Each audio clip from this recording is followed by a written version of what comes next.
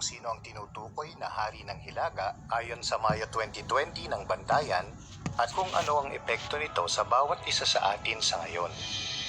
Makikita rin natin kung paano makakatulong ang pagsisikap para maabot ang mga tunguhin natin. At mapapanood natin ang unang episode ng bagong serye para sa mga kabataan. Ito ang JW Broadcasting para sa Mayo 2021.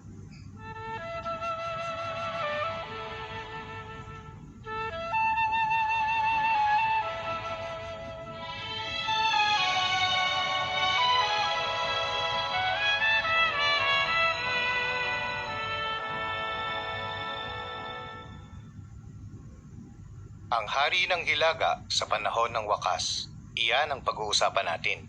Nitong nakaraang mga taon, pinag-uusig ng gobyerno ng Russia ang mga kapatid natin na nakatira doon. May mga insidente na pinapasok ng mga pulis ang mga Kingdom Hall at pinapatigil nila ang mga pulong. Tinawag ng gobyerno doon ang mga saksi ni Jehovah bilang ekstremistang grupo.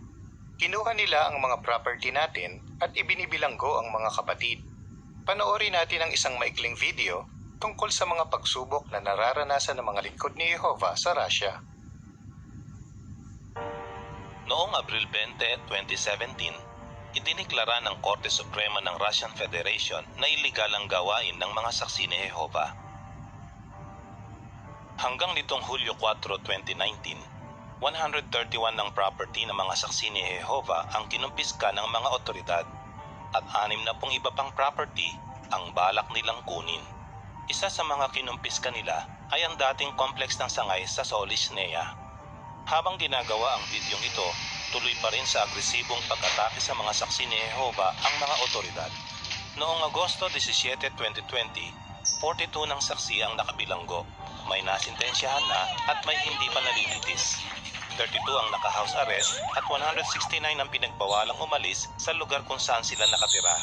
Lahat sila ay inakusahang nag-oorganisa, nakikibahagi o nagpopondo sa gawain ng di umano'y isang ekstremistang organisasyon. Di bababa sa 318 saksi ang iniimbestigahan na ang mga edad ay mula 19 hanggang 89. Ano ang epekto nito sa mga kapatid natin sa Russia? Halimbawa, noong Hunyo 3, 2018, inaresto si Brother Sergey Klimov. Nagsampa ang lokal na mga otoridad ng kasong kriminal laban sa kanya. Ibinilanggo siya ng 2 buwan bago litisin. 7 beses na in-extend ang pagkakabilanggo sa kanya, kaya nahiwalay siya sa asawa niya at pamilya ng 1 taon at 5 buwan bago siya malitis at masintensyahan. Noong Nobyembre 5, 2019, nasintensyahan siyang mabilanggo ng 6 na taon. 2 sa mahal nating kabataan sa Russia, sina Brother Yegor Baranov at Sister Daria Dulova, ang nahaharap sa kasong kriminal at posibleng makulong ng matagal. Si Brother Baranov ay 19 anyos lang. Si Sister Dulova naman ay 18 anyos lang nang i-raid ng mga pulis ang bahay niya. Dahil sa newsroom sa jw.org, updated tayo sa mga balita. May mga listahan dito ng pangalan ng mga saksi na kasalukuyang nakabilanggo dahil sa kanilang pananampalataya na pwede nating espesipikong isama sa mga panalangin natin. Determinado ang mga kapatid natin sa Russia na manatiling tapat kay Jehovah kahit pinag-uusig sila. At nagtitiwala sila sa Kanya dahil kumbinsido sila na nasa panig nila si Jehovah.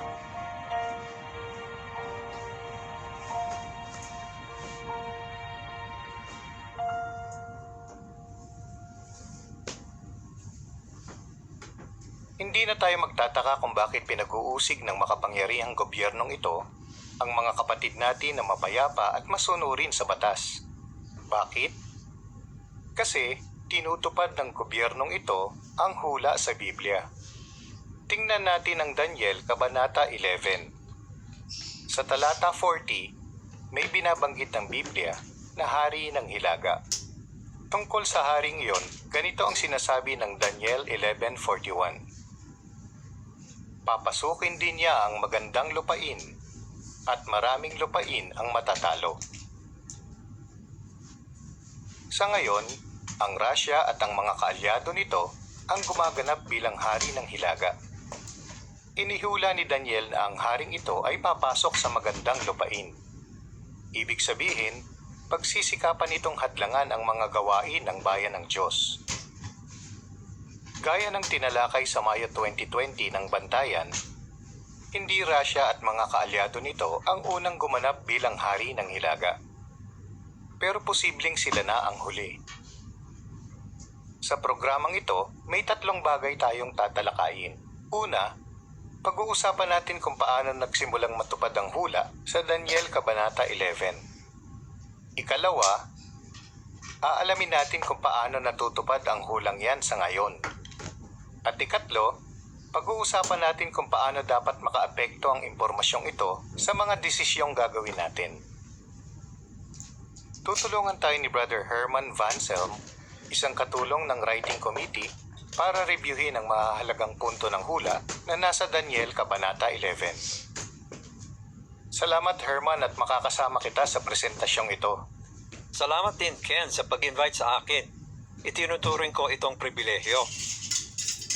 Una, pag-usapan natin kung ano na ang natupad sa hula sa Daniel Kabanata 11. Binabanggit sa kabanatang ito ang tungkol sa hari ng Hilaga at sa hari ng Timog. Ang tanong, bakit sila tinawag na ganoon? Kasi, ang dalawang kapangyarihang ito ay nasa Hilaga at Timog ng literal na lupain ng Israel. Kaya tinawag silang hari ng Hilaga at hari ng Timog. Ang dalawang kapangyarihang ito ay parang dalawang trono. Iba't ibang politikal na kapangyarihan ang umuupo sa mga tronong ito at naglalaban sila kung sino ang pinakamakapangyarihan sa mundo. Kumusta naman ang bayan ng Diyos? Sila ang nasa sentro ng labanan ng makaribal na haring ito. Pero, alamin muna natin ang background. Ken, paano nagsimula ang hari ng Hilaga at ang hari ng Timog? Ang hari ng Hilaga at ang hari ng Timog ay parehong nagmula sa imperyong itinatag ni Alejandrong Dakila. Ang isang dinastiya ng mga hari ay namahala sa Ehipto, na nasa timog ng Israel, at ang dinastiyang iyon ang unang gumanap bilang hari ng Timog. Noong panahong iyon, may isa pang dinastiya ng mga hari na namahala naman sa Hilaga ng Israel. Ang mga haring iyon ang gumanap bilang hari ng Hilaga. Nang maglaon, ang imperyo ng Roma ang pumalit bilang hari ng Hilaga. Gaya ng tinalakay sa Mayo 2020 ng Bantayan, ang sentro ng hula na nakaulat sa Daniel Kabanata 11 ay ang bayan ng Diyos. Sinabi ng anghel na nakipag-usap kay Daniel na makakatulong sa kanya ang hula para maunawaan niya ang mangyayari sa kanyang bayan, ang bansang Israel. At ano nga ba ang nangyari? Ang bansa ng mga Hudyo ang bayan ng Diyos hanggang noong 33 CE. Pero pagkatapos noon, nagkaroon ng pagbabago. Ibinuhos ni Jehova ang kanyang banal na espiritu sa mga tagasunod ni Kristo. Mula noon, ang kongregasyon ng mga tunay na Kristiyano ang naging bayan ng Diyos. Sa Galatia Kabanata 6, talata 16, tinawag silang Israel ng Diyos. Napakahalaga ng puntong yon, kasi makikilala lang natin kung sino ang hari ng Hilaga at hari ng Timog kung may malinaw na organisadong grupo sa lupa na bumubuo sa bayan ng Diyos. Bakit natin nasabi yan? Kasi gaya ng nabanggit kanina, sinabi ng anghel kay Daniel na nakasentro ang hula sa bayan ng Diyos. Noong ikalawang siglo CE, dumami ang huwad ng mga Kristiyano na tulad ng panirang damo sa loob ng kongregasyon. Pinihula yan ni Jesus sa kanyang ilustrasyon tungkol sa trigo at sa panirang damo. Nakaulat yon sa Mateo Kabanata 13, talata 36 hanggang 43. Kaya lumilitaw, mula noong ikalawang siglo, wala nang organisadong grupo ng mga tunay na Kristiyano. At gaya ng nabanggit kanina, yun din ang dahilan kung bakit wala rin tayong matutukoy na hari ng Hilaga at hari ng Timog. Pero noong 1870s, isang grupo ng mga estudyante ng Biblia ang humiwalay mula sa huwad ng mga Kristiyano. Kasama sa grupong ito si Charles T. Russell. Tinanggihan nila ang mga turo na hindi nakasalig sa Biblia. At gaya ng unang siglong mga Kristiyano, Itinuro nila sa iba ang mga katotohanan mula sa salita ng Diyos. Natupad sa grupong ito ang hula na makikita natin sa Aklat ng Malakias sa Kabanata 3, Talata 1. Sila ang mensahero na maghahanda ng dadaanan ng Diyos na Jehova. At pinapatunayan ng mga pangyayari na ginagabayan sila ng Diyos na Jehova. Kaya mula noong 1870s, nang maorganisa ang mga tunay na Kristiyano bilang isang grupo, matutukoy na ulit natin ang mga politikal na kapangyarihan na gumaganap bilang hari ng Hilaga at hari ng Timog. Noong panahong yon, Britain ang pinakamakapangyarihang gobyerno sa mundo at ito ang gumanap bilang hari ng Timog. At ang nakakamangha dito, 1870s din nang maging makapangyarihang bansa ang Germany. At di nagtagal, nakipagkompetensya ito sa Britain para maging pinakamakapangyarihan sa mundo. At ang imperyo ng Germany ang naging hari ng Hilaga. Ayon sa Daniel 11, 25 at 26, ang dalawang haring ito ay magsasagupaan at malalagasan ng maraming sundalo ang hari ng Hilaga sa labanan. At yun mismo ang nangyari noong unang digmaang pandaigdig.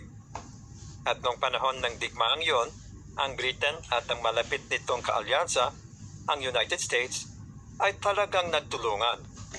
Kaya mula noong panahong yon at sa panahon ng mga huling araw na ito, ang Anglo-America ang naging hari ng Timog. Pag-usapan natin kayo ng ikalawang punto. Paano naman natutupad ang hula sa Daniel Kabanata 11 mula nung panahong yon hanggang sa panahon natin ngayon? Nung unang digmaang pandaigdig, inusig ng hari ng Hilaga at ng hari ng Timog ang mga kabilang sa bayan ng Diyos na ayaw magsundalo. Ibinilanggo pa nga ng hari ng Timog ang mga kapatid na nangunguna sa gawaing pangangaral. Pero mag-focus muna tayo sa hari ng Hilaga. Napalitan ba ang gumaganap sa papel na yan sa panahong ito ng mga huling araw? At paano nito tinrato ang bayan ng Diyos? Ang gumaganap bilang hari ng Hilaga ay 3 beses na napalitan sa mga huling araw na ito. Mula noong 1870s hanggang sa katapusan ng ikalawang digmaang pandaigdig, ang imperyo ng Germany ang gumanap bilang hari ng Hilaga. Bago ang ikalawang digmaang pandaigdig at habang nagaganap ito, walang awa nitong pinag-usig ang bayan ng Diyos. Libu-libong kapatid ang ikinulong nito at daan-daan naman ang pinatay. Sino ang pumalit sa imperyo ng Germany bilang hari ng Hilaga? Mahalagang tanong yan, Herman. Pagkatapos ng ikalawang digmaang pandaigdig, ang Soviet Union ang naging hari ng Hilaga. Pinuntirya din ito ang bayan ng Diyos. Ikinulong sila o ipinatapon. Pero, Ken, sabi sa Daniel Kabanata 11, Talata 34, tatanggap sila, ang bayan ng Diyos, ng konting tulong. Ano ang ibig sabihin ng tekstong ito? Natupad ang mga pananalita sa tekstong iyan nang bumagsak ang Soviet Union. Nagdusa ng husto ang bayan ng Diyos sa ilalim ng gobyernong yon. Pero tumanggap sila ng kaunting tulong. Paano? Matapos bumagsak ang USSR, malaya na ulit sumamba ang bayan ng Diyos sa loob ng ilang taon. Pero nang maglaon, ang Russia at ang mga kaalyado nito ang naging hari ng Hilaga. At gaya ng iba pang gobyerno na gumanap bilang hari ng Hilaga, patuloy nitong inuusig ang bayan ng Diyos na Jehova. Sa mapapanood na video, makikita natin kung ano ang nangyari. Tumanggap si Daniel ng isang hula tungkol sa pagdating ng dalawang magkalabang hari, ang hari ng Hilaga at ang hari ng Timog. Paano natupad ang hulang ito?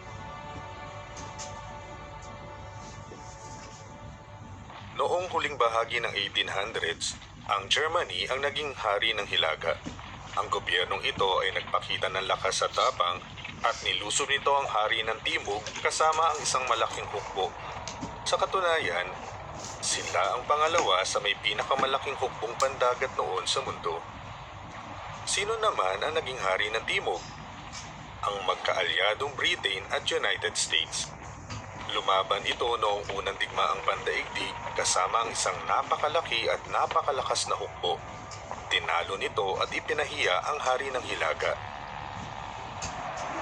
Pero hindi pa yon ang naging wakas ng hari ng Hilaga. Pinalingan niya at tinuliksa ang banal na tipan. Inalis niya ang regular na handog. Nang hadlangan niyang mangaral ang bayan ng Diyos. Ipinakulong niya ang marami at ipinapatay pa nga niya ang daan-daang pinahiran at iba pang lingkod ng Diyos. Nang matalo ang Germany noong ikalawang digmaang pandaigdig, ang Soviet Union ang naging hari ng Hilaga. Nakipagtulungan nito sa hari ng Timog nang ipwesto nila ang kasuklap-suklam na bagay na dahilan ng pagkatiwangwang, ang United Nations.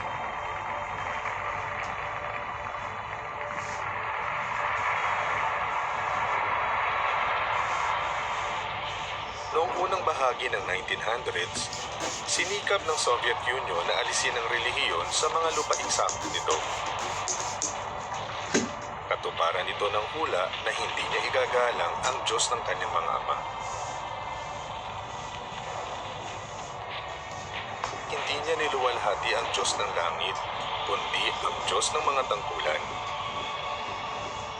Gaya ng inihula, ginamit niya ang pwersang militar na ito laban sa hari ng Timog para makipagtulukan dito. Nakipagkompetensya ang Anglo-America sa Soviet Union para maging pinakamakapangyarihang gobyerno.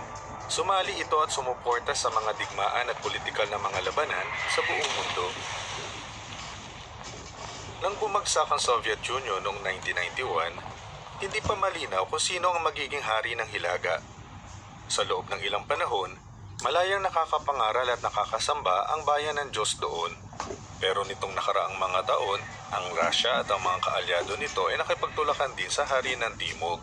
Inakusahan nila ang isa't isa ng paggamit ng computer program para sirain ang ekonomiya at gobyerno ng isa't isa. Pero hindi lang hari ng Timog ang sinasalakay ng hari ng Hilaga.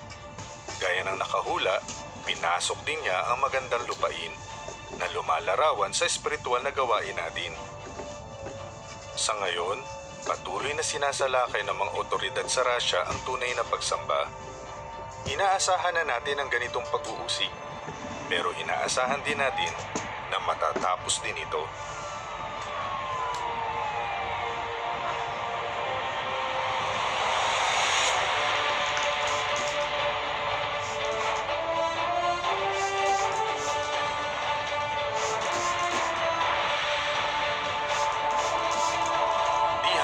Mas makapangyarihan ang hari nating si Jesucristo kaysa sa alinmang gobyerno ng tao. Malapit na niyang puksain hindi lang ang hari ng Hilaga at hari ng Timog, kundi ang lahat ng kaaway niya. At iniligtas niya ang mga tapat na lingkod ng Diyos.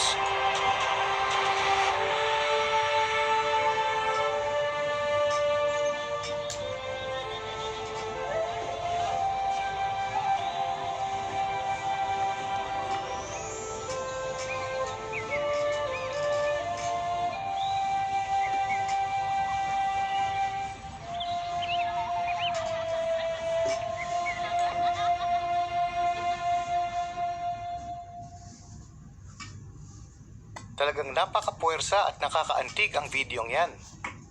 Paano nakakayanan ng mga kapatid ang pag-uusig na nararanasan nila ngayon? Alamin natin. Sa mapapanood niyong video, siguradong madudurog ang puso niyo, pero mapapatibay din kayo. Alas 6 ng umaga noon, nagising kaming mag-asawa dahil may kumalabog sa pinto. Pagbukas ng asawa ko sa pinto, pumasok agad sila at sumigaw, "Dapa! Dapa!" Dinala nila ang asawa ko sa kusina. Napaka-agresibo nila. Narinig kong may ipinapagawa sila sa kanya. Tapos may narinig akong ingay. Binubugbog na pala ang asawa ko. Galing kami ni Felix sa shopping mall at pabalik na kami sa parking. Hinarang kami ng isang sasakyan na tinted ang salamin. Bumaba ang mga armadong tao at sumigaw, "Dapa! Walang kikilos." Sinubsob nila kami sa sasakyan. Ibinilanggo si Felix nang hindi pa nalilitis. Inabot siya ng 1 taong doon. Nang marinig ko yung kalabog sa pinto, nanalangin agad ako kay Jehovah na tulungan ako maging kalmado at bigyan ako ng karunungan at banal na espiritu para makapagdesisyon ako at makakilos ng tama. Buong araw akong nanalangin. Sinagot ni Jehovah ang lahat ng panalangin ko. Parang nasa tabi ko lang siya. Sa tuwing may hearing, takot na takot ako at hindi mapalagay. Talagang kabadong-kabado ako, pero nakatulong sa akin ang panalangin para mapanatag ang loob ko. Nang kunin nila kami para pagtatanungin, nagpanik ako. At noon ko na-realize na kailangan kong mag-isip ng isang bagay na positibo. Kaya naisip kong kumanta at sumagi sa isip ko ang kantang Tutulungan Ka Niya. Talagang napatibay ako nito. Binanggit sa lyrics na ibinigay ni Jehovah ang kanyang anak para sa atin kasi mahal na mahal niya tayo at hindi niya tayo iiwan. Sinabi sa akin ng mga kapatid na ipinapanalangin nila ako. Damang-dama ko na talagang bahagi ako ng isang malaking pamilya. Pagkatapos ng interogasyon, pinauwi na siya. Ipinagpatuloy naming mag-asawa ang aming espiritual na routine. Patuloy kami sa pagpa-family worship at lagi kami sa ministeryo. Lagi kaming pinapatibay ng mga kapatid. Sinusulatan nila kami, nagbibigay sila ng komendasyon at nang nakakapagpatibay ng mga teksto mula sa Biblia. Noong September 2019, hinatulang guilty si Felix at nasentensyahan siya ng 3 taon sa isang prison work camp. Pagdating niya at ng ibang brother doon, binugbog sila ng mga officer doon. Sinabi sa akin ni Felix na nagpe-pray siya habang binubugbog. At nang sandaling yon, napansin niya na hindi niya na nararamdaman yung sakit. Kahit nakakulong si Felix, nagpa-family worship pa rin kami sa pamamagitan ng sulat. Pumipili siya ng paksa at ng mga tanong tungkol sa paksang yun. Tapos, nagre-research ako sa mga publikasyon natin at saka ko ipapadala sa kanya. Napatibay talaga ako ng Isaias Kabanata 30. Sabi doon, magkakaroon kayo ng lakas kung mananatili kayong panatag at magtitiwala. Kahit nag-aalala ako, alam kong mapapanatag ako kung lubusan ako magtitiwala kay Jehovah. Salamat kay Jehovah dahil sa Kanya, mas malakas na ang loob ko ngayon at hindi na ako takot sa mga bagay na dating kinatatakutan ko. Nakatulong sa akin ng pagtitiwala at pananampalatayang iyon. Kasama ko si Jehovah at hindi niya ako iiwan. Palalakasin niya kami at malalampasan namin ang mga pagsubok na ito. Paano tayo magkakaroon ng lakas ng loob gaya ng mga kapatid natin sa Russia? Oo, dapat na maging kumbinsido tayo na mapagkakatiwalaan ang mga hula sa Biblia. Yan ang paksang tinalakay ni Brother David Splain ng grupong tagapamahala sa mapapanood nating morning worship program. Kung titingnan natin ang teksto natin sa araw na to, ganito ang sinasabi. Hali kayo at masdan ninyo ang mga ginagawa ni Jehovah. Masdan. Sa ibang salita, saksihan. Ang isang saksi ay may personal na kaalaman sa isang bagay. Kaya paano masasabi na saksi tayo ni Jehovah? Ano ba ang personal na nalalaman natin tungkol sa ginagawa niya? Una sa lahat, kumbinsido tayo na alam ni Jehovah ang mangyayari sa hinaharap at makakasiguro tayo na laging tama yon. At ikalawa, walang sino mang makakapigil sa sinasabi ni Jehovah na mangyayari sa hinaharap. Ang lahat ng hula ng Diyos na Jehovah ay natutupad. Para ilarawan ang unang punto na alam ni Jehovah ang mangyayari sa hinaharap, pag-usapan natin ang 2 kahangahangang hula tungkol sa pagkawasak ng Jerusalem at ng templo nito. Alam natin na sa pamamagitan ng propetang si Jeremias, inihula ni Jehovah na wawasakin ng Babylonia ang Jerusalem at ang templo. Nangyari ba yon? Oo, noong 607 BCE. Pero hindi lang yon. Sinabi rin ni Jehovah na itatayong muli ang Jerusalem. Muli nilang itatayo ang sinaunang mga lungsod na gumuho. Muli nilang aayusin ang mga lugar na naging kawangwang at ibabalik nila sa dati ang nawasak na mga lungsod. At ibabalik din ang tunay na pagsamba. Napaka-espesipiko ng mga hulang yon. Pero may sinabi pa si Jehovah. Ipinihiwatig din ni Jehovah na hindi magpapatuloy ang ibinalik na tunay na pagsamba. Talagang nakakamangha at makikita natin yan sa ikalawang bahagi ng Daniel 9:26. Tingnan natin ang tekstong ito. Babasahin natin dito mga kapatid ang dalawang bahagi ng talatang ito. Interesting to. Daniel Kabanata 9, Talata 26. Ano bang gusto nating malaman dito? Gusto nating makumpirma na ang Jerusalem at ang templo ay mawawasak sa ikalawang pagkakataon at na ang tunay na pagsamba kay Jehovah ay hindi magpapatuloy. Ganito ang sabi sa ikalawang bahagi ng 26. At ang lungsod at ang banal na lugar ay wawasakin ng mga hukbo ng isang paparating na pinuno. Nang isulat ang mga salitang ito, nawasak na ang lungsod ng Jerusalem at ang templo. Pero hindi sinasabi ni Jehovah dito, ang lungsod at ang templo ay winasak ni Nabucodonosor, kundi ng mga hukbo ng isang paparating na pinuno. Noong 70 CE, winasak ng Romanong general na si Tito ang lungsod at ang banal na lugar. Para masabing natupad ang hulang ito, kailangang maitayong muli ang Jerusalem at ang templo at mawasak sa ikalawang pagkakataon. Masasabi natin na talagang napaka-espesipiko ng mga detalyeng yon. Pero bakit kailangang mangyari yon? Bakit? Nang bumalik ang mga Hudyo sa lupang pangako at pagsikapang ibalik ang tunay na pagsamba, bakit sila nabigo? At bakit kailangang mawasak ang Jerusalem at ang templo sa ikalawang pagkakataon? Ang isang dahilan ay yung mababasa natin sa unang bahagi ng talata 26. Papatayin ang Mesyas. Kaya pati unang nakita ng Diyos ni Jehovah at inihula niya na kapag dumating ang Mesyas, itatakwil siya ng mga Hudyo. Siya ay papatayin. At yan ang isa sa mga dahilan kung bakit mawawasak ang templo at ang Jerusalem at nangyari yun noong 70 CE. Pero teka lang, pag-isipan muna natin yan. Darating muna ang Mesyas, pagkatapos, mawawasak ang Jerusalem at ang templo. 70 CE yun. Anong kahulugan nun? Ibig sabihin, darating ang Mesyas bago ang 70 CE. Kaya may tatanong natin sa mga kaibigan nating Hudyo, bakit hinihintay nyo pa ang Mesyas? Lumipas na ang 70 CE, di ba? Dumating ang Mesyas at isa rin siyang tunay na propeta. At may isang kamanghamanghang hula si Jesus sa kanyang sermon sa bundok. Basahin natin ito at pag-isipan ang ipinapahiwatig ng hulang ito. Mateo Kabanata 7,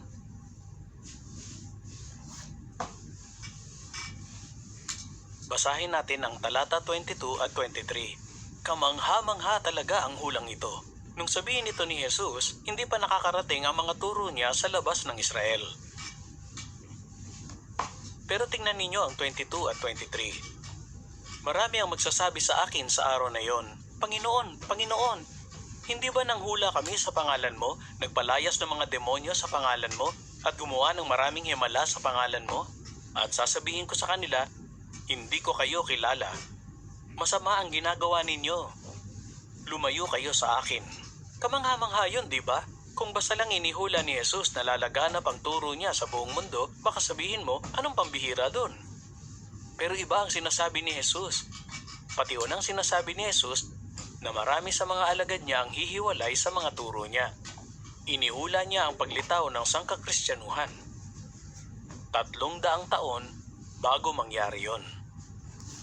Kaya nakikita na ni Jesus na iiwan ng maraming tagasunod niya ang katotohanan. At bago pa matapos ang unang siglo, nagsisimula na ang apostasya. May mga sekta na, halimbawa yung sekta ni Nicolas at ang iba pa. Hindi nagtagal, Pagsapit ng ikalawang siglo, nag-umpisa na ang matinding kadiliman, ang malaking apostasya.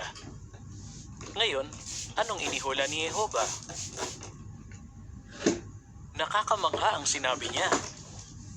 Apokalipsis 14. 144,000 ang makakasama ng kordero sa bundok Siyon. Napakalayo sa 144,000 ang bilang ng mga Kristiyano noong unang siglo, pero sinasabi ni Jehova na may makakasamang 144,000 ang kordero sa langit. Hindi lang yan, may sinabi pa siya, magkakaroon ng malaking pulutong na hindi mabibilang ng tao. Paano mangyayari yon? Ang Diyos natin ay tumutupad ng hula. Yan ang unang punto. Pag-usapan natin ang ikalawa. Walang makakapigil sa katuparan ng mga hula ni Jehova. Gusto ng dyablo na hadlangan ang katuparan ng mga ito. Balikan natin ang hula sa Apokalipsis 14. Kung magagawa ng dyablo na magkulang ng isang 144,000, matutuwa siya. Kasi lilitaw na mali yung bilang na inihula ng Diyos na Jehova. Isa yan sa mga dahilan kung bakit nakikipagdigma ang dyablo sa natitira sa mga supling ng babae. Kasi gusto niyang pigilan na makumpleto ang 144,000 at na hindi sila makaakyat sa langit. Pero siyempre, mabibigo siya. Kumusta naman ang hula sa Biblia na ang Amerika at ang Britain ay magsasanib at magiging isang dual world power? Hindi magiging world power ang Britain kung natalo sila ng France. Mortal na magkaaway ang France at ang Britain. At sa loob ng napakaraming taon, di hamak na mas mayaman at mas malakas ang France kaysa sa Britain. At noong 1815 sa Battle of Waterloo, mapipigilan na sana ng France ang Britain para hindi ito maging world power. Mananalo na sana ang France. Kung tutusin, madaling matatalo ang Britain. Pero dahil sa malakas na ulan, maling desisyon ni Napoleon at iba pang mga dahilan, nabigo ang France, natalo sila. At naging world power ang Britain. At sa pagtatapos ng ika-19 na siglo, napakarami ng mga bansa sa buong mundo ang nasakop ng imperyo ng Britain. Ayon sa hula, magiging world power ang Amerika at Britain. Pero ayaw ng Britain na i-share sa Amerika ang kapangyarihan niya noon. Sinubukan niyang pigilan ng Amerika na kumalas sa pagiging kolonya nito. Nagkaroon ng mahabang digmaan at pareho silang nakagawa ng mga maling desisyon. Pero bandang huli, nakamit ng Amerika ang kalayaan. Anong nangyari pagkalipas ng ilang taon? Nakipag-alyansa na ang Britain sa Amerika. Naging dual world power na sila. Ang mga lumalaban kay Jehova ay mabibigo. Si Jehova na ating Diyos ay hindi huwad. At ang mga hula niya ay natutupad. Gaya ng natalakay natin, halos natupad na ang bawat detalye ng hula na nakaulat sa Daniel Kabanata 11. Kaya dapat lang na magtiwala tayo na matutupad din ang natitirang bahagi ng hula sa kabanatang yan. Nabubuhay na tayo sa mga huling araw ng panahon ng wakas. Malapit nang tuparin ng mga bansa ang hula sa unang Tesalonika Kabanata 5, Talata 3. Kapag sinasabi na nila, kapayapaan at katiwasayan, biglang darating ang kanilang pagkapuksa, gaya ng kirot na nadarama ng isang babaeng manganganak at hindi sila makatatakas. Pag nangyari na yon, biglang darating ang pagkapuksa ng lahat ng bahagi ng sistema ni Satanas. Gaya ng makikita nyo sa screen, sinasabi ng Daniel 12:1. Sa panahong yon, tatayo si Miguel, ang dakilang prinsipe na nakatayo alang-alang sa iyong bayan. Mararanasan ang isang panahon ng kabigatian na hindi pa nangyayari mula nang magkaroon ng bansa hanggang sa panahong yon. At sa panahong yon, makatatakas ang iyong bayan, ang lahat ng nakasulat sa aklat. Ngayon, pag-usapan natin ang ikatlong punto. Paano dapat makaapekto sa mga desisyong ginagawa natin ang mga impormasyong katatalakay lang natin ngayon? Hindi lang basta kasaysayan ang pinag-usapan natin. Ang mga pangyayaring ito ay pasimula pa lang ng mas kamanghamanghang mga bagay na mangyayari sa lupa. Ibinigay ni Jehova ang kaalamang ito sa atin para gabayan tayo. Kaya dapat itong maka-impluensya sa mga desisyon natin. Sa mapapanood na video, tingnan kung paano nakapagdesisyon ang isang kabataang brother base sa naunawaan niya sa hula ni Daniel. Yan ang best friend ko, si Lucas. Ako naman si Oscar. At yan ako. Bata pa lang kami, alam na namin ang gagawin paglaki namin. Mag-pioneer, maging Betelite, magtayo ng mga Kingdom Hall. Yan ang mga tunguhin namin. At nang gumraduate kami, handa na kami.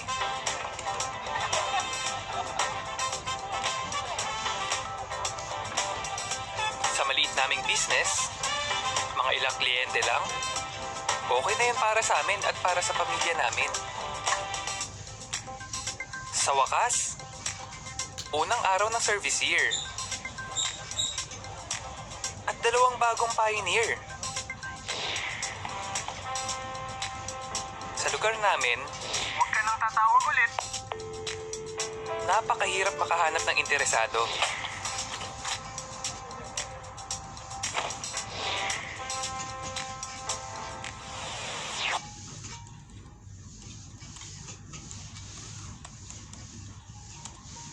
May tagapaglinis na kami. Salamat na lang. At ang hirap pala makahanap ng kliyente. Pagkaraan ng ilang buwan, sigurado pa rin ako na tutulungan kami ni Jehova basta tuloy-tuloy lang ang pioneering. Sorry, Oscar. Hindi ako makakasama. May gagawin ako. Lucas. May in-offer pala kay Lucas na mas malaki ang kita. Pero sulit kaya yun?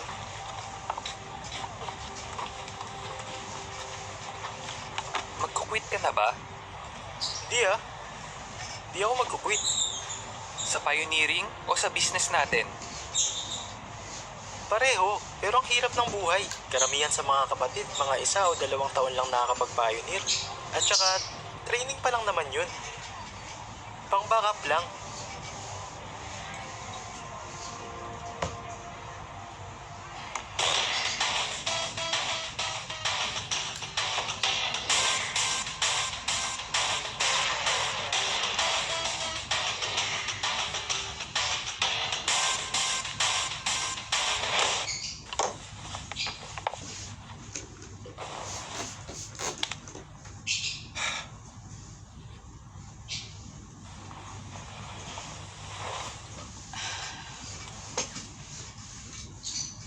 So, hindi na pioneer si Lucas?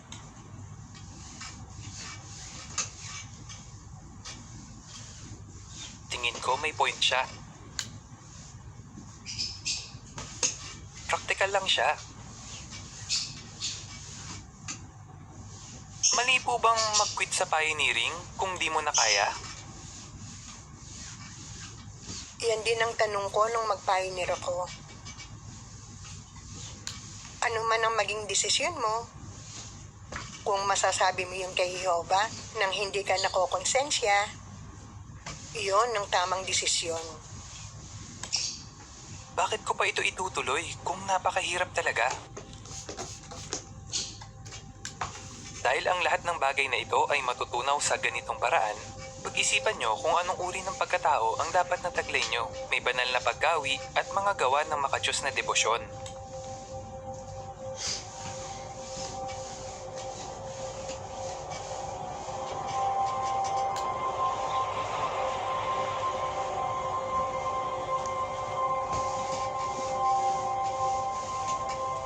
Ito na ang mga huling araw at kailangan ng mga tao ang mabuting balita. At maririnig lang nila ito kung magpapatuloy tayo sa paggawa ng makadiyos na debosyon sa abot ng ating makakaya. Nanalangin ako na makapagtiis. Titigil lang ako sa pagpapioneer kung kailangan na talaga. At nanalangin din ako na makita ko ang mga pagpapala.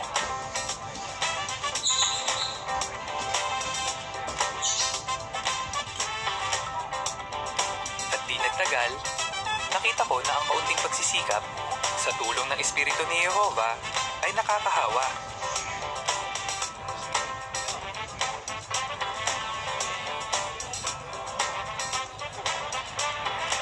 So, anong gusto mong gawin paglaki mo?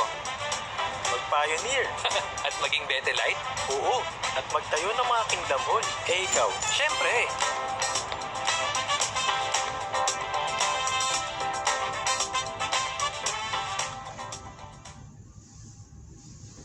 Iniisip ng brother na yan kung ano ang magandang gawin sa buhay niya. Naging tama ang desisyon niya dahil iniayon niya ang kanyang pananaw sa natutuhan niya tungkol sa hula. Maraming hamon ang napapaharap ngayon sa mga kabataan at naiintindihan namin yon. Naging kabataan din ako noon. Pero hindi ko na-imagine na mapapalagay kayo sa ganito kahirap na sitwasyon. Mahal na mahal kayo ng lupong tagapamahala at gusto naming makatulong. Kaya natutuwa kaming ilabas ang isang bagong serye. Noong teenager ako, maririnig nyo ang mga hamong napaharap sa ilang saksi noong teenager sila at kung paano sila nagtagumpay sa tulong ni Jehovah. Ikinuwento nila ang talagang nangyari sa kanila. Narito ang unang episode.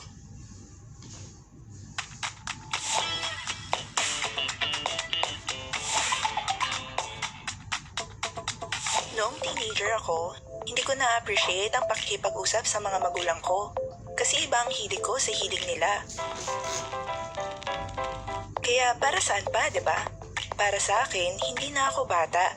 Kaya gusto ko na wag na nila akong tratuhin na parang bata. Nung sinusundo pa ako ni Mami sa school, kinukumusta niya ako kaya nagtatanong siya, "Kamusta ang mga kaibigan mo? Kamusta ang klase mo kanina? Madami ka bang homework?" Pero feeling ko masyado siyang matanong. Lagi akong may dalang earphones. Kaya kapag kinakausap na ako ng mga magulang ko, isasalpa ko na lang yun sa tenga ko at di ko na sila papansinin. ibang-ibang kinalakhan ng mga magulang ko sa kinalakhan ko. Lumaki sila sa ibang bansa, ibang wika nila, at iba nung panahon nila. Kapag may kausap ka at hindi kayo pareho ng kinalakhang wika, madalas na hindi mo masabi ang niloloob mo. Kaya yun ang problema. Hindi ko tuloy ma-express sa mga magulang ko ang talagang iniisip ko. Kaya nga, nahihirapan ako kapag nakikipag-usap ako sa kanila. Feeling ko, hindi talaga nila ako maiintindihan. Nung unang PSS ko, ang dami kong natutunan tungkol sa mga katangian ni Jehovah at isa na doon ang pagiging approachable niya. Kaya pinag-isipan ko, approachable din ba ako? Pinag-isipan ko kung paano ako gumagawi sa ministeryo, sa pulong at sa bahay. At na-realize ko na marami pa akong dapat pasulungin sa ugali ko sa loob ng bahay. Para akong nabubuhay sa dalawang magkaibang mundo. Yung isa sa school, kasama ng ibang kabataan. Feeling ko naintindihan nila ako. Yung isa naman sa bahay. Parang mas okay pa na mag-solo na lang ako. Hindi ako nakikipag-usap sa kanila kasi parang sayang lang. Sinusubukan kong solusyonan yung sarili kong problema, pero laging sablay. Nagkaroon ako ng mga ugali na pinaglalabanan ko pa rin hanggang ngayon. Kung dinalas-dalasan ko lang sana ang pakikipag-usap sa mga magulang ko at humingi sa kanila ng tulong, naging maayos sana ang lahat at naiwasan ang mga problema. Sana nga ginawa ko yon. Kung si Jesus nga na isang perpektong tao at napakarunong, hindi nagdesisyon para sa sarili niya, lagi siyang nagpapagabay sa kanyang ama. Kaya napaisip ako, kung ginawa yun ni Jesus, dapat lang nagawin ko rin yun. Ang talagang nakatulong sa akin, yung Colossus 4:6. Dapat akong maging mabait sa pakikipag-usap sa mga magulang ko. At na-realize ko na napaka-defensive ko pag nakikipag-usap sa kanila. Dapat akong maging mas approachable. Nung subukan ko makipag-usap sa mga magulang ko, medyo awkward. At ayokong pag-usapan ng mga personal na bagay. Di ako sanay dun. Kaya naisip kong ako ang magtanong sa kanila. Kamusta ang araw nila? O anong nagustuhan nila sa pulong? Mas nag-focus ako sa kapakanan nila kaysa sa sarili ko. Dahil doon, lagi na kami nagkukwentuhan at palagay na ang loob ko sa kanila. Akala ko, hindi ako naiintindihan ng mga magulang ko. Yun pala, ako ang hindi nakakaintindi sa kanila. Kapag iniisip ko sila, naiisip ko kung gaano kahirap ang maging magulang. Bata pa lang ako hanggang sa paglaki ko, araw-gabi silang nagtatrabaho para maibigay ang mga pangangailangan ko. Hindi sila naghihintay ng kapalit o ng pasasalamat. Talagang handa silang magsakripisyo. Kaya naisip ko kung ganun kahirap ang ginagawa ko para sa iba, ano kaya ang mararamdaman ko kung hindi man lang sila magpapasalamat o o hindi man lang nila ako ituturing na kaibigan, samantalang nagpakahirap ako para sa kanila. Nang maglaon, habang nagkakaedad ako at sanay na makipag-usap sa mga magulang ko, na-realize ko na ang paghingi ng payo at pakikinig sa mga opinyon nila at ang pagsasabi sa kanila kung ano ang gagawin ko o kung saan ako pupunta ay patunay ng pagiging mature. Madalas na gusto ng puso natin na siya ang masunod at dinadala tayo nito kung saan niya gusto. At madalas, yun ang dahilan kung bakit tayo nagkakamali at napapahamak. Kaya naisip ko, sana hindi ko na lang yun ginawa. Alam yun ng mga magulang natin. Gusto lang nilang ituro sa atin at ipaalala, huwag mong hayaan na masunod ang puso mo. Kung makakausap ko lang yung dating ako, sasabihin ko sa kanya na parang coach sina mommy at daddy. Dati kasi iniisip ko sa kanila, nandyan lang sila para i-judge ako at ipamukha yung mga mali ko. Pero ang totoo, gusto lang nila akong tulungan at maging masaya. Sana na-realize ko na yon nung teenager pa ako. Pero ngayon, masaya na ako kasi gets ko na sila.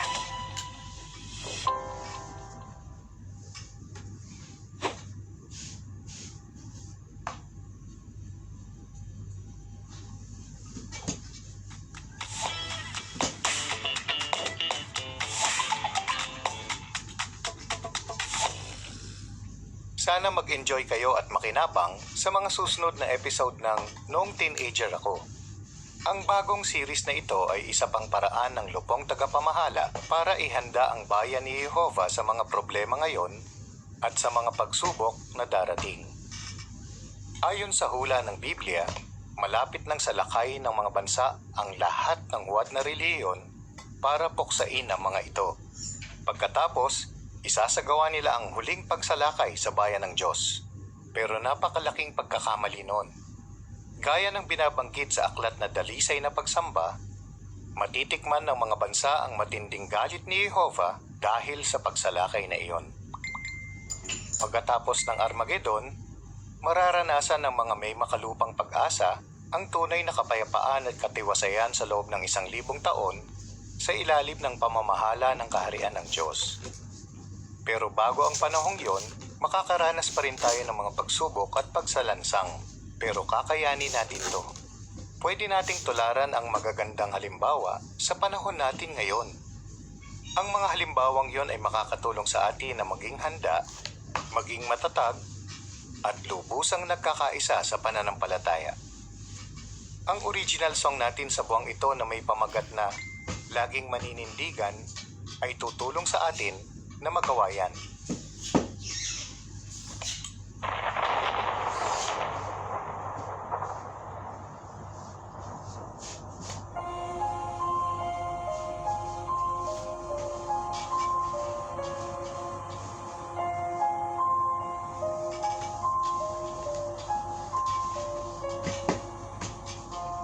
Kay rami ng pagsubok sa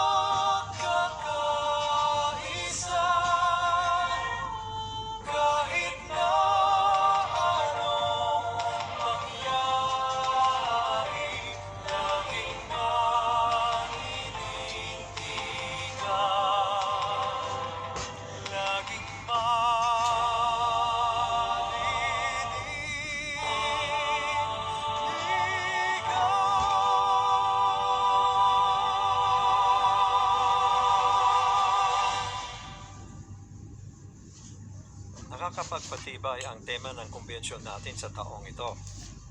Pinapalakas ng pananampalataya. Malalaman natin kung ano ang pananampalataya, bakit ito mahalaga, at paano tayo magkakaroon nito.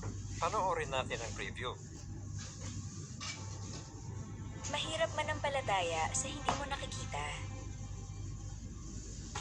Pero ang tunay na pananampalataya ay nakasalig sa mga bagay na napatunayan, realidad, at katotohanan. Pinapatibay tayo nito, pinapalakas, at tinutulungang magtiis. Kapag mahirap ang buhay, nagbibigay ito ng kapanatagan. Ipinapaalala nito ang layunin ng ating buhay at nagbibigay ito sa atin ng tunay na kagalakan.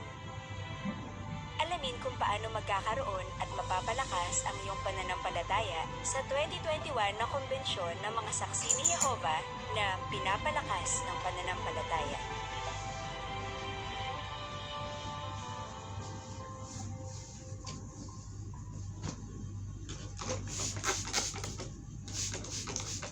Panoorin natin ngayon ang ating video postcard.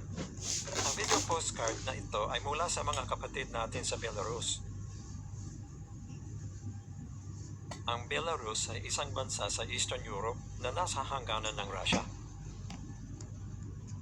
Kilala ito bilang Blue-Eyed Country dahil sa mahigit 10,000 lawa na makikita dito. Matatagpuan sa Belarus ang pinakamatatandang puno sa Europe, pati na ang pinakamalaking mammal dito, ang European bison. Dinadayo ang mga kastilyo dito na ang ilan ay itinayo noong pang ika-16 na siglo. Ito ang Nesbish Castle. Sa kisame ng kapilya nito, makikita ang pangalan ni Jehova sa anyong tetragrammaton. Noong bahagi pa ng Soviet Union ng Belarus, dumanas ng matinding pag-uusig ang mga saksi ni Jehova sa kamay ng pamahalaan. Ang ilan sa mga kapatid natin ay pinatapon sa Siberia, isang napakalayong lugar. Sa ngayon, mahigit 6,000 mamamahayag sa 84 na kongregasyon ang lakas loob na nangangaral ng mabuting balita sa Belarus. Napakasikasig ng mga kapatid dito. 20% sa kanila ang nasa buong panahong paglilingkod. Ganito nangangaral ang mga kapatid natin sa lungsod ng Brest. Nag-i-enjoy sila sa iba't ibang uri ng pampublikong pagpapatotoo. Ito naman ang mga kapatid natin sa lungsod ng Kobrin. May mga teritoryo sila na nasa nayon at meron din sa siyudad.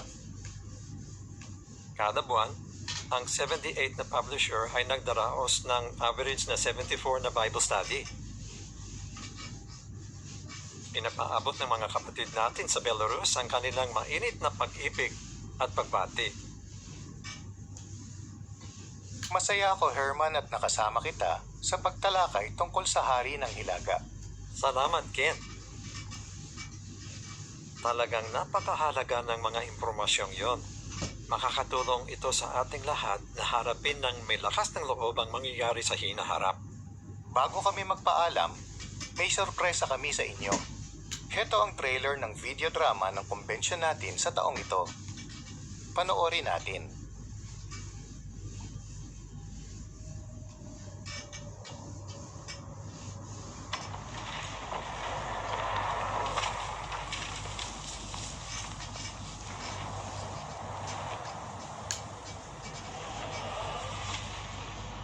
Napili kang magsanay sa bahay ng dakilang hari, si Nabucodonosor. Sandali, Daniel! laksan mo loob mo, anak. Ibang lugar to. May ibang batas sila. Tapos papasambahin na tayo sa Diyos nila. Nasa Israel si Jehova. Nasa Babylonia tayo ngayon.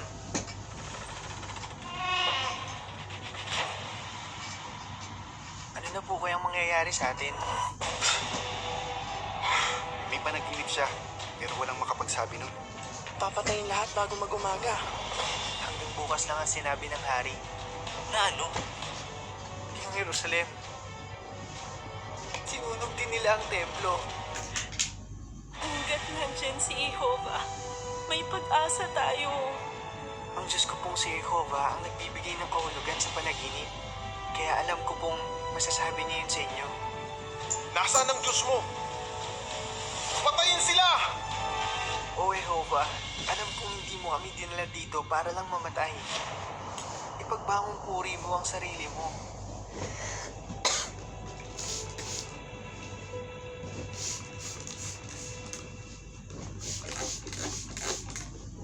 Gaya ng tinalakay natin sa ating programa, mahalaga ang ginampalang papel ni Daniel bilang propeta ni Jehovah. At sa mapapanood nating video drama, marami pa tayong matututuhan sa kanyang buhay at halimbawa. At ngayon, bago tayo magtapos, panoorin natin ang isang special music video na may kaugnayan sa tema ng programa natin ngayong buwan. Siguradong maaantig kayo at mapapatibay.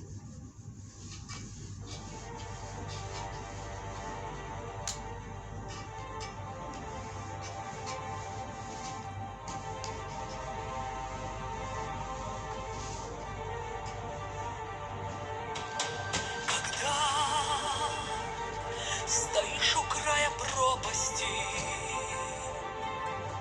и над тобой сгущает небо тучи, и кажется, что от оков нельзя спастись, не дремлет враг, удобный ищет случай.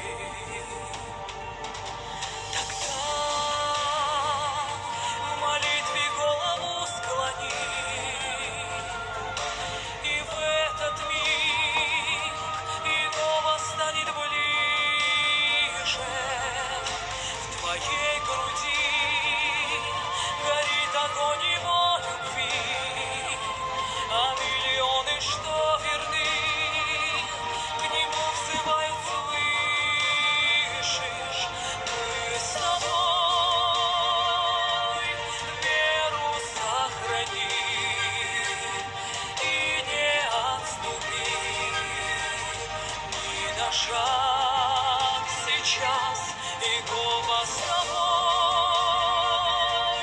в испытании,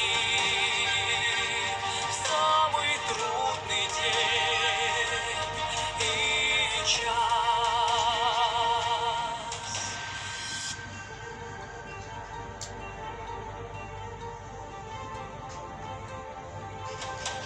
Борис, благословение впереди, а наш Отец тебе дарует силы. Будь в мужестве на этом непростом пути,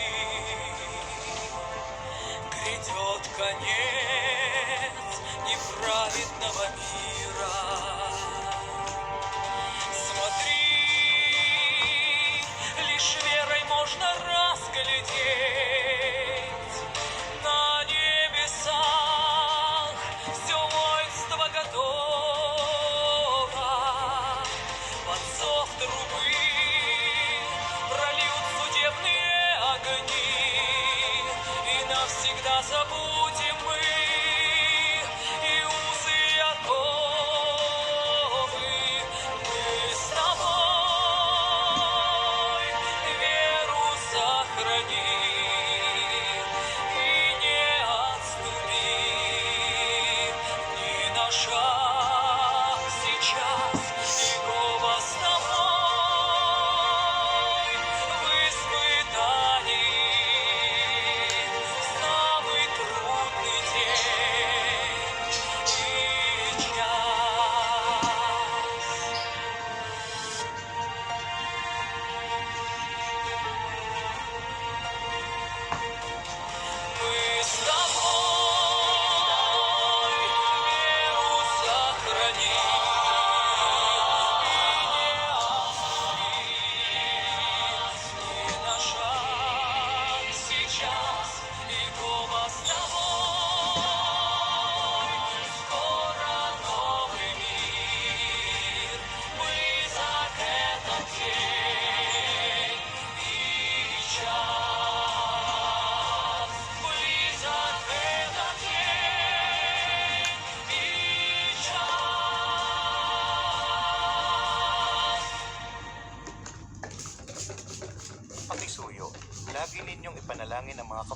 natin sa Russia matuto sa kanilang pananampalataya at lakas ng loob. Tandaan na ang mga pangyayaring ito ay katuparan ng hula sa salita ng Diyos. Makatulong sana ito para makagawa kayo ng matatalinong desisyon. Manatiling tapat at patuloy na maging abala habang papalapit ang wakas ng sistemang ito. Mula sa World Headquarters ng mga Saksi ni Jehovah, ito ang JW Broadcasting.